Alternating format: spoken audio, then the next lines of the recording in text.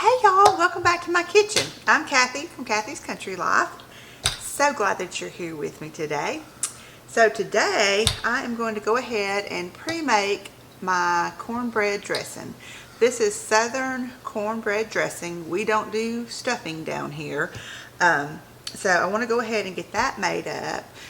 I'm going to freeze mine because it's still a little shy of 2 weeks before Thanksgiving.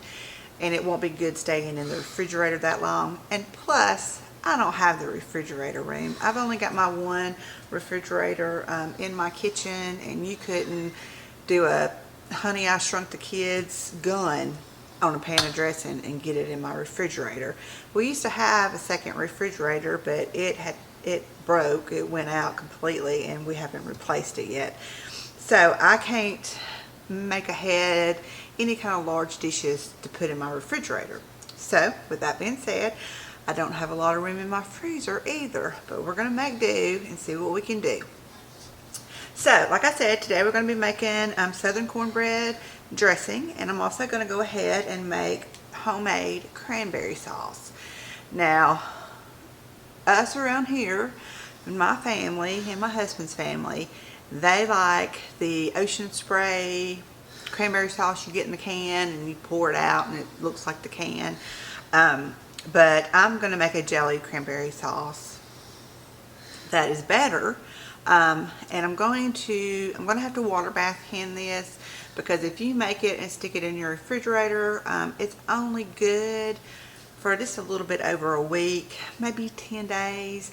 Like I said, it's almost 2 weeks until we're going to celebrate Thanksgiving. So I'm going to make hopefully several jars that I can water bath and then put on like a pantry shelf and have some for Christmas already. So let's get started. Just to let you know, I went ahead and made my cornbread. Let me show you.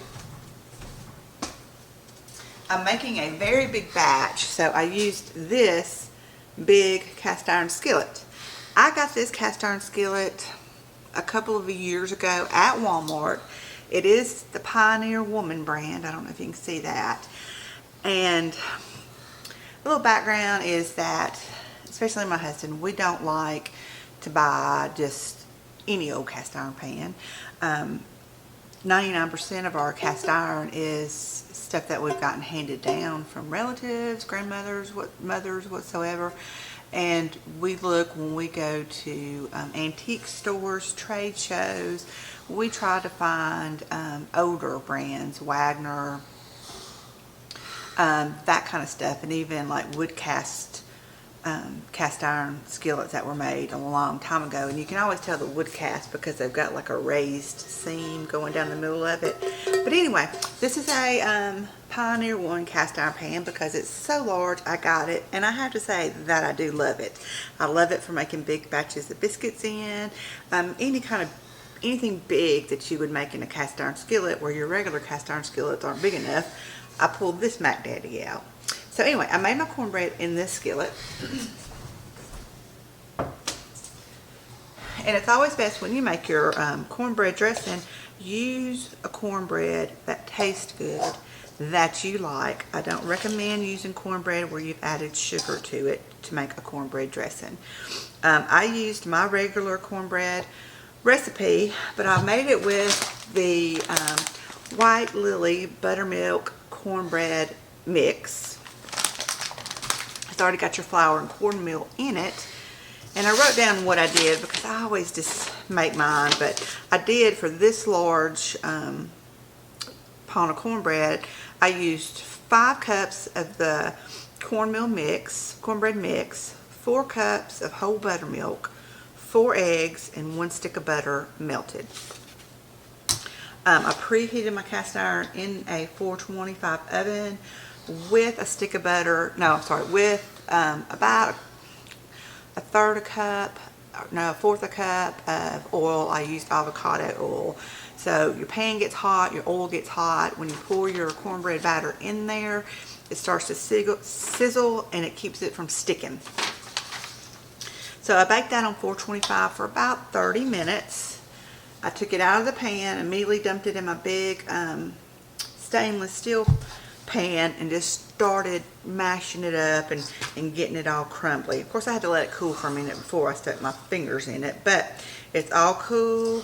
I've crumbled it all up. You'll get these, you know, the more brown pieces of it. I just kind of try to just like tear those apart, but once you put your broth in here, it'll soak it up and break up easier. Okay, so cornbread portion is done off camera. So what we're going to do is we're going to saute our vegetables, and I'm going to bring you over to the stove and we'll get started on that. Okay, I'm using the same pan that I made my cornbread in, and I turned the eye on and I put a stick of butter in here because we're going to saute our vegetables in butter. This is not a figure-friendly recipe. Cornbread dressing is not meant to be a figure-friendly recipe, and we want all the good flavors and fats in it to make it even more delicious. So I'm going to let this start melting, and then we'll begin sauteing our vegetables. Okay, we're just about there. What I have got is 3 cups of chopped onion and 3 cups of chopped celery. The celery that I'm using I had chopped and frozen a while back. I don't have any fresh celery on hand, plus I knew that I had that in the freezer. So we're going to get all this mixed up in that delicious butter. Going to add maybe a teaspoon and a half of salt, about a teaspoon and a half of pepper, and we'll adjust our seasonings accordingly. We'll be doing some taste testing. So I'm going to let these saute and get soft. You really want these to get soft. I don't like it. I don't think many people like to have crunchy onions and crunchy celery in their dressing. You want it to be a flavor profile in there and not bite down on crunchy stuff. So I'm going to turn the heat up just a little bit, and we're going to get those sauteing.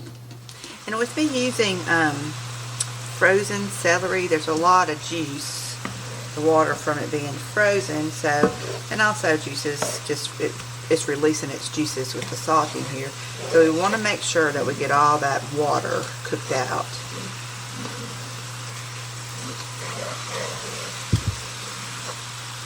Okay guys, it's looking good. Most of the liquid has cooked out. The onions are translucent.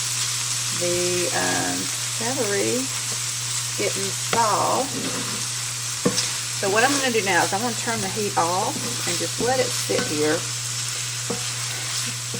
And number one reason why I'm going to let it sit here is this is hot, and I've got to have both hands and then a third hand to scrape this into our cornbread mixture. So instead of it being so hot to handle, I am just going to let it sit here, steam away, and cool down a bit before we put it into our crumbled cornbread mixture. Okay, I think we're ready to dump this in.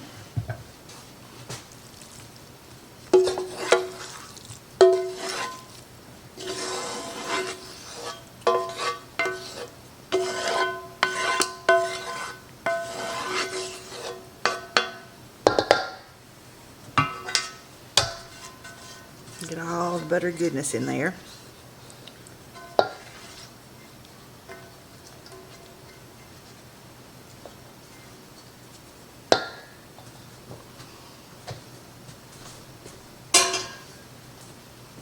Okay, give this a good mix.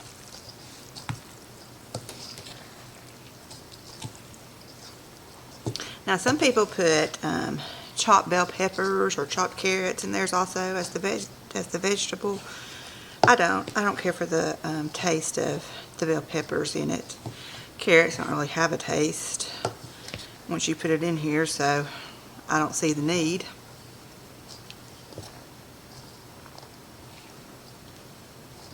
Okay, so now I'm going to start adding my chicken stock.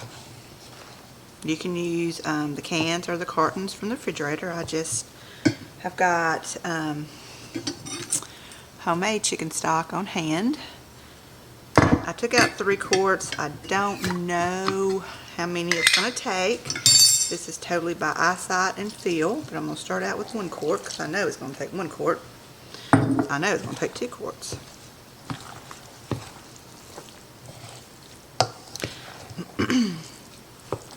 We like our dressing to not be, I don't know how to say it, firmed, cooked well done, I guess. We like a softer dressing. And just to note, and from my past experiences, my cornbread, I take it out when it's still jiggly, because once you get it out and it sits, it firms up even more. So I never let my cornbread cook until it is well done, firm. I always take it out when it's jiggly because it will firm up as it sits out.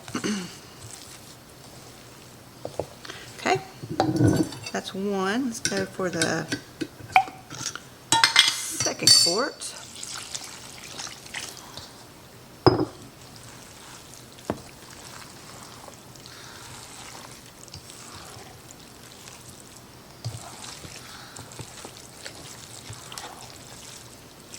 And another note, I don't put any kind of bread in mine. I know a lot of recipes you see out there, you know, they'll just take white bread, break it off, put it in there, even breadcrumbs.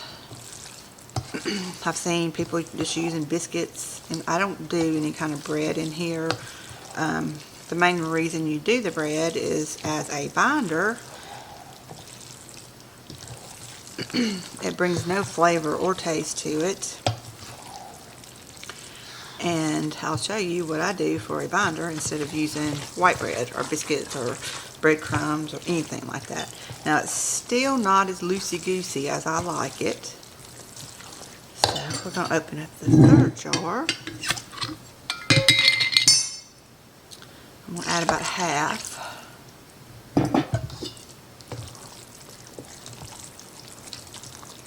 And like I say, I don't really have a measurement on how much chicken stock or chicken broth that you would add to it. I go totally by look.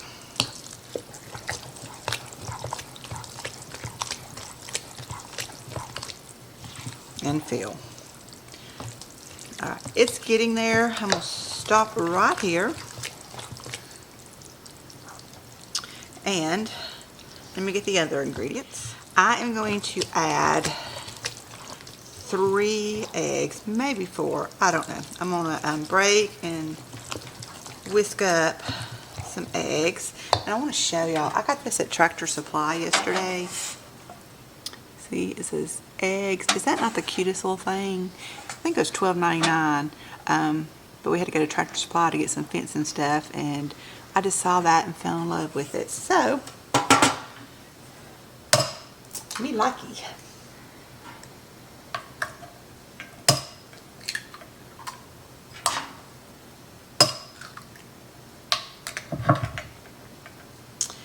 Okay, got 3 eggs. Just gonna whisk these up.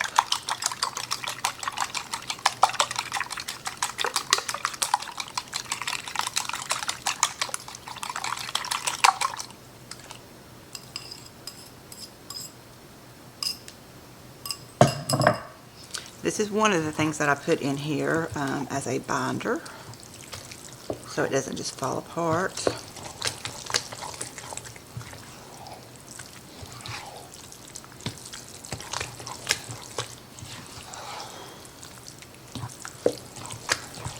Okay, and then I'm going to use a can of cream of chicken soup.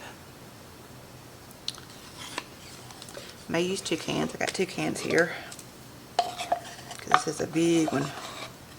I make big pans of dressing because I got kids and nephews and stuff that likes to take home some, and we like to eat on it too as leftovers. There's nothing better than leftover Thanksgiving and Christmas meals. Yeah, I'm gonna put the 2nd can in. And this helps keep it creamy, holds it together, so you don't get a grainy, you know, because cornbread crumbled up is so grainy. This kind of cuts that graininess and gives it a creaminess.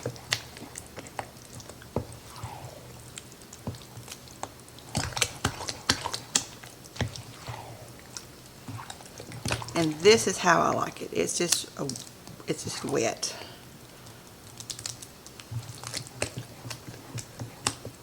Okay. For the seasoning, I use poultry seasoning. Growing up, my mother always used just plain sage. And as she got older, the greener her dressing got. She'd put more and more sage in it, and we would joke about it, you know, oh, we're going to have green dressing, because she used so much sage, and that was just because of age. She didn't make that, me growing up.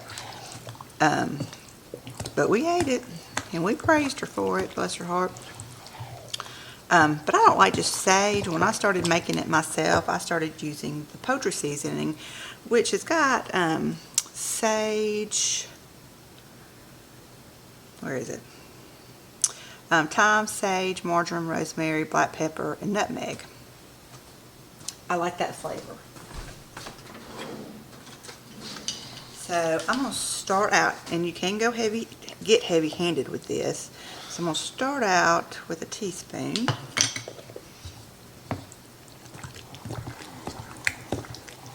It just smells like the holidays.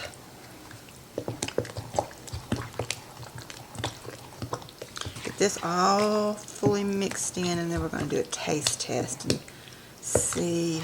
And yes, it has raw eggs in it, but it's not going to kill me. Take a little teaspoon of it. And see if we need to add more salt, more poultry seasoning, more pepper, what we need.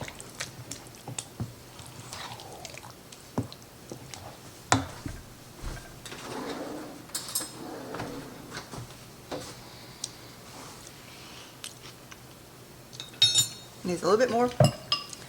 It's good, but it does need a little bit more poultry seasoning. And put another teaspoon. I think the salt is pretty good in it.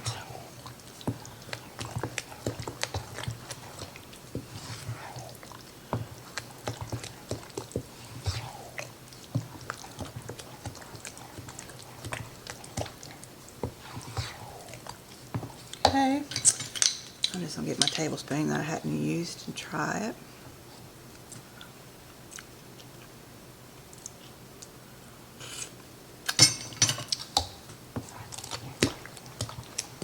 Getting there.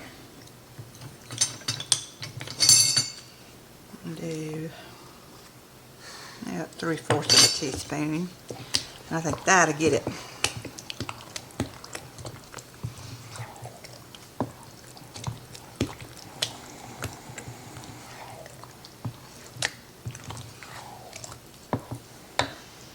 Okay, I'm gonna use my 1/2 teaspoon that I hadn't used yet.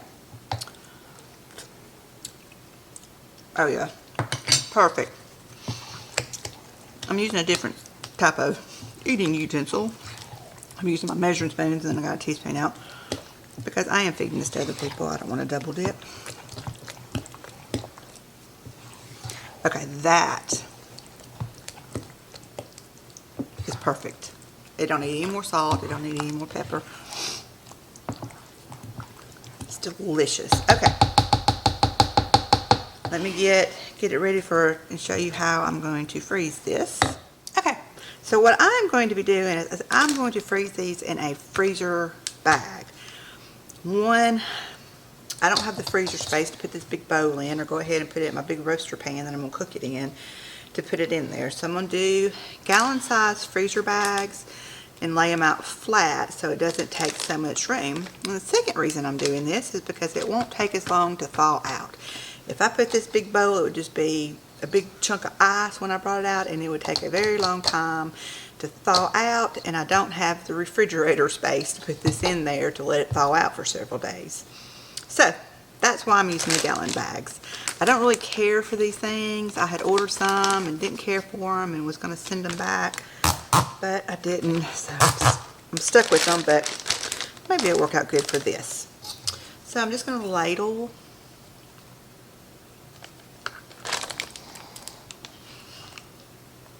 it into here.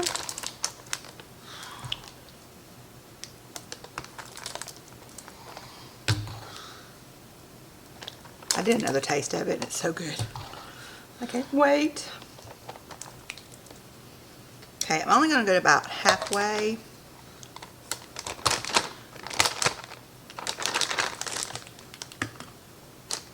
Oop, made a mess right there. We'll just get it out of the way. And then I'm going to zip it, not all the way done, and squeeze some of the air out.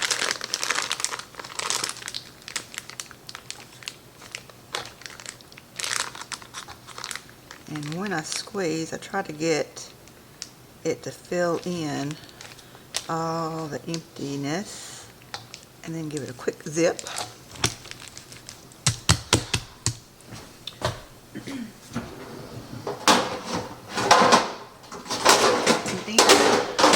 I'm just going to lay it on a sheet pan, and I'll put it in the freezer on this if I can find the room, so that it's flat like this, and then I can just take it off and just stack it in my freezer.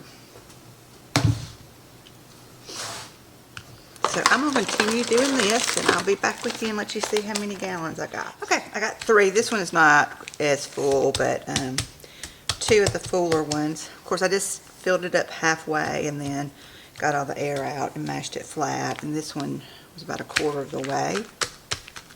But I will put these in the freezer to flash freeze, and then take it off the cookie sheet and just stack them on top of each other if I can find a space.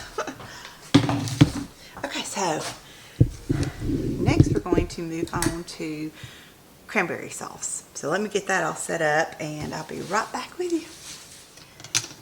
Okay, so what I've got here is I have got 2 bags of the Ocean Spray fresh cranberries.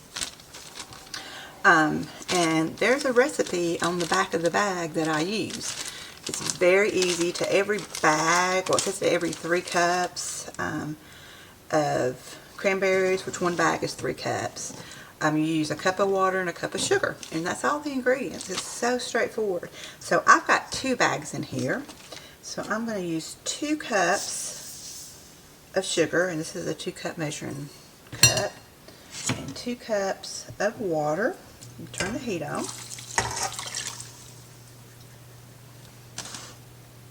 So we want to bring this to a boil and let the cranberries start popping and bursting. And when I get to that point, I'll bring you back. It'll take a few minutes. I don't have a gas stove, which brings up, of course, stuff a lot faster in heat. I'm giving it a quick stir.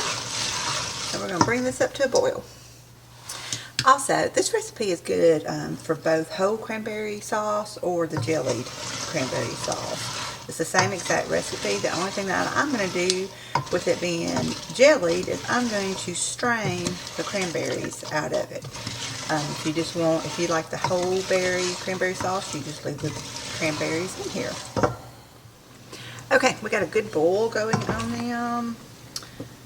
The cranberries are starting to burst.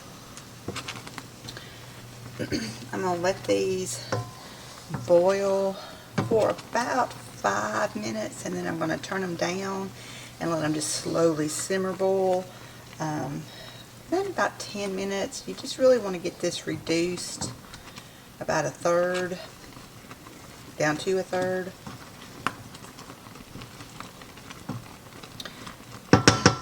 This foaminess, what I need to do, and I didn't do,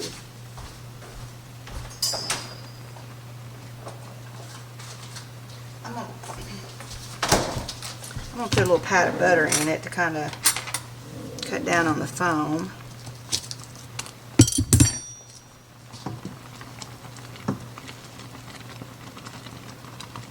But you can definitely scoop the foam out if you're anti-foam.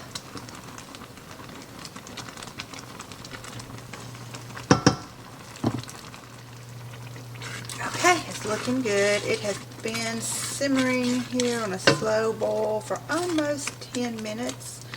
You can see how much it's broke down.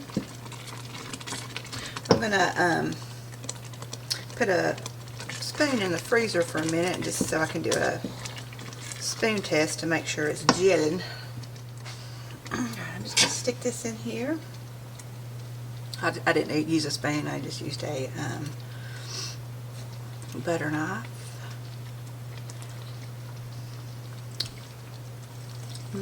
Tastes so good. So simple. I think it needs to go a little bit longer. It's still kind of mushy gushy. I'll put this back in the freezer. Okay, I think we're good. I put this back in the freezer and I put it on here and let it sit for a minute, and then I did my finger through here, and if it stays, don't run, you're good. So I'm going to bring it over here and we are going to strain this. And like I said, if you want it whole berry, skip the straining part. Okay, I have just got a bowl with my strainer in it. We're going to, I think it's the curse of the left-handed. I want to do it away from me, but I guess you need to see it.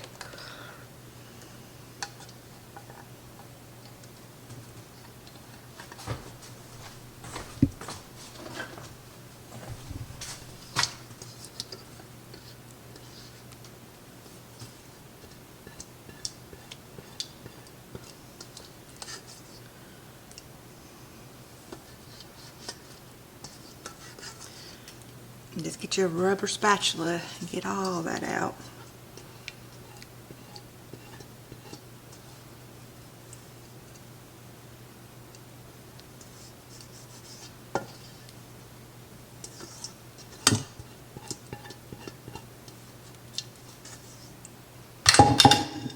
Okay, and I'm just going to start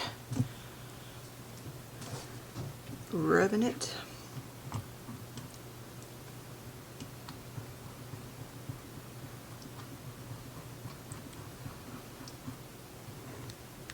Cranberries are very high in pectin, so you don't need any kind of sure gel or pectin to add to it for it to gel.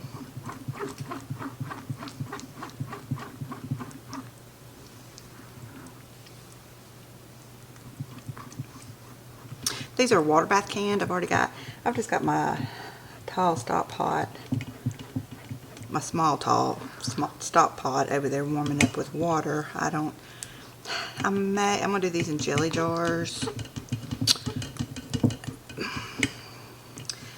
It's gonna be 2 or 3. I can't remember.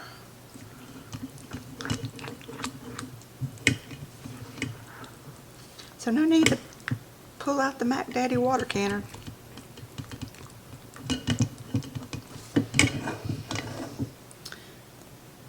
Can you see down in there? That's what we want.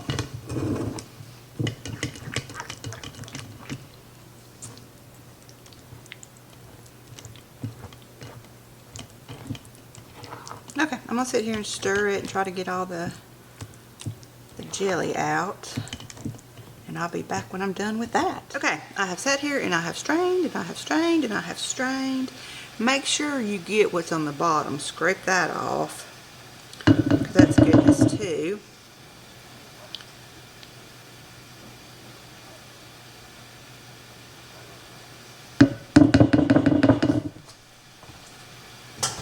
Alright, now we are ready to can.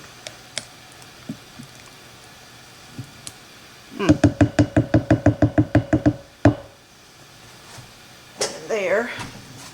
So I've just got some jelly jars. This is the fancy quilted one, so you know this is special. Ooh, they're hot. Okay, and I just I strained it into a bowl that's got a measuring spout. A spout. So I can just easily pour.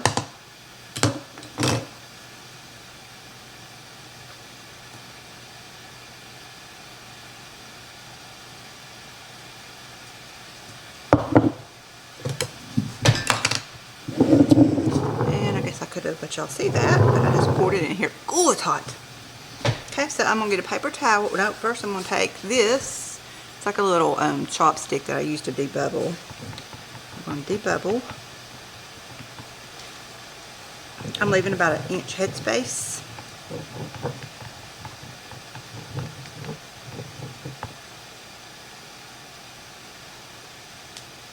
And then I'll just taste that.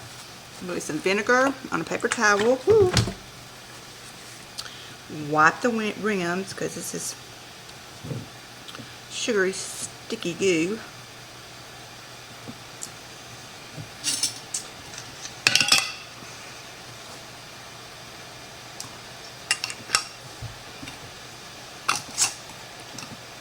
Put them on finger tight. And I'll sit these over here in the boiling water. I don't think I have got enough for another jar. That's okay. Alright, I'm going to stick these over in my boiling water. Just got it in my saucepan and I've got it, the water covering the lids by about an inch. So we're going to bring that up to a boil. When it comes up to the boil, we're going to let these water bath for 15 minutes. Okay, so while I'm waiting on the water to boil in the water bath, I took the leftover gelled cranberry and also the cranberry pulp. I just put it in this little dish. And I hate to waste it. This is goodness right here. So I'm thinking maybe in the next few days, making like a cranberry cake. Something that I can use this in. I hate to waste it, it's good. So I'll be scouring the internet a little later on and seeing what I can make out of this. Got any ideas? Drop me a comment below. But I'm thinking like a cranberry cake or something like that. Cranberry cheesecake. Something. I just hate for it to go to waste. Okay. So I'm waiting for that to come up to a boil. When it comes up to a boil, we're going to wait. We're going to let it boil for 10 minutes. And I'll be back then. Thanks.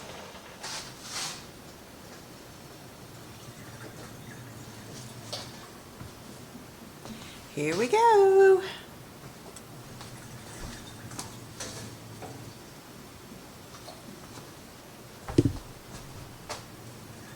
Woo! Drippy, drippy. Okay, our cranberry sauce is done. Looks pretty. Gonna wait for the pings. Okay, friends, we did it. It's so pretty. It's still hot. It's got to cool down. But this is going to be delicious. My southern cornbread dressing is going to be delicious. And I'll tell you, when if you're making this, you know, like the night before, a few days before, and you're putting it in the refrigerator to cook on Thanksgiving, you just preheat your oven to 375. Cooking times vary. It's according to, if you make this whole recipe like I did, a big batch, or if you can cut the recipe in half, however you want to do it. So the time depends. On a lot like this, I'm gonna go for an hour and then start checking it. And like I said, it needs to kind of have a thick jiggle to it, not loose like it is when you first put it in. But especially the center, just to have a little bounce to it, because it will, once you take it out of the oven and it starts cooling down just a smidge, it's going to thicken back up. So it's kind of like I don't have a set time to tell you. I just have to keep checking it because it seems like it's different every year. And then the cranberry sauce is so easy to make. I just make it on what's on the back of those ocean spray cranberries. I'll list the recipes down below. Of course, they're modifiable. If you don't like something that I put in, you don't have to. If you like more something, if you want to add some other veggies or anything like that, you can. It's totally up to your taste. The way I made it is how we like it. So again, friends, thank you for being here. Please like and subscribe. Like this video, hit subscribe. It would mean a ton to me, really. I think there's like a little chicken that's down here in the corner, and you can just tap on that and it will automatically subscribe to the channel. So again, thank you for being here, and we're going to whip up some more Thanksgiving make-ahead side dishes in the days to come, so please stay tuned.